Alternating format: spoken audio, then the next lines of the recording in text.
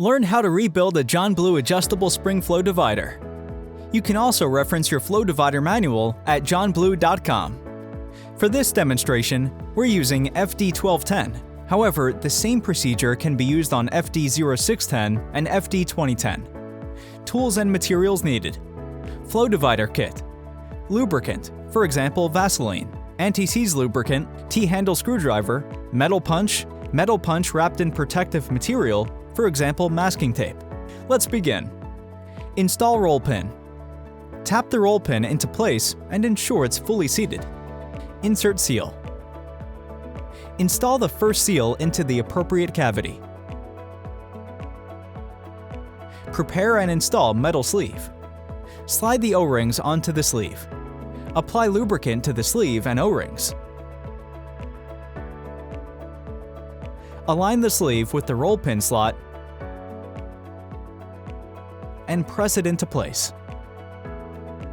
Use a metal punch to confirm proper alignment. Install needle. Lubricate the needle. Drop it into the sleeve. Install second seal. Insert the seal and apply lubricant.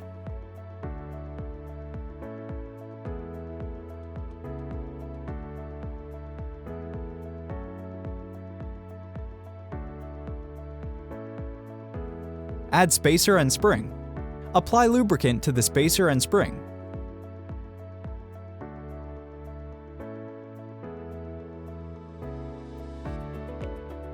Set them into position.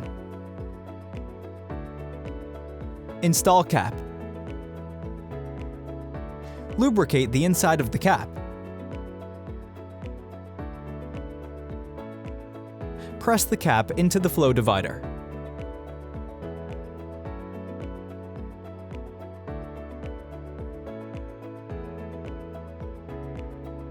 Secure with cap screws. Apply anti-seize to the cap screws.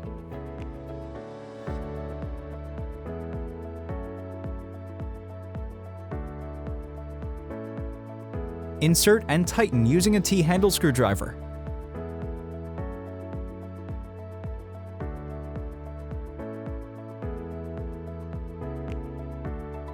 Check plunger movement.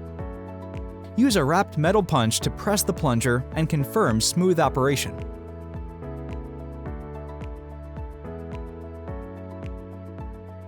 Finish with vent cap.